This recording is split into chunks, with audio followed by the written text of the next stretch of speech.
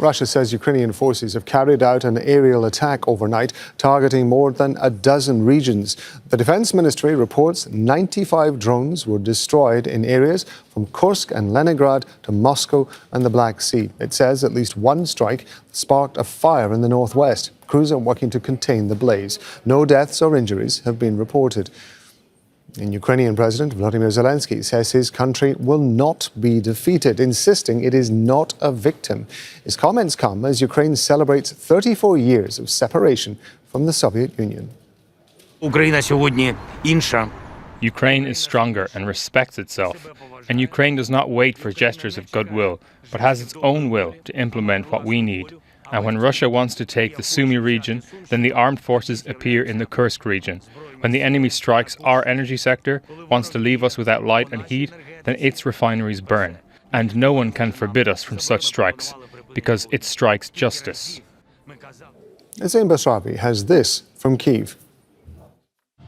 Relatives of fallen soldiers in this conflict, relatives of those that are still missing in this war, are marking Independence Day here in Kyiv on Independence Square. This is the third year in a row that Ukrainians are marking this occasion at a time of war. 3 decades after announcing their departure from the Soviet Union, their independence from the Soviet Union, they are still at war with Russia for another year running. Now, Zelenskyy, President Volodymyr Zelenskyy, made a crucial speech at a critical time.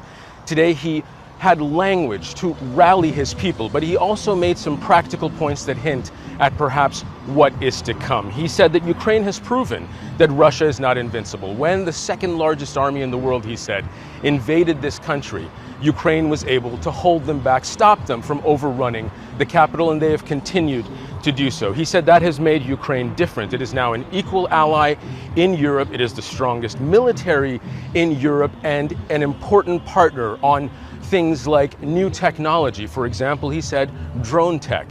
And he said that Ukraine's place is at the table. He also said that it is an obligation on this generation to make sure the war is not passed on to the next one. And he had language to say that he would not compromise Ukraine's territorial integrity and that it was incumbent upon him to make sure to find peace and end the war. But reading between the lines, there was a sense of urgency that this war does need to end soon. And the question now is, what is Zelenskyy trying to prepare his people for? It really seems there are one of two bitter pills to swallow.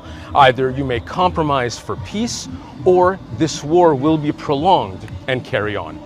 Zein, Basravi, Al Jazeera, Kyiv. Don't miss out, get the full picture. Subscribe to Al Jazeera for reliable news and expert insights. Like, share, stay ahead.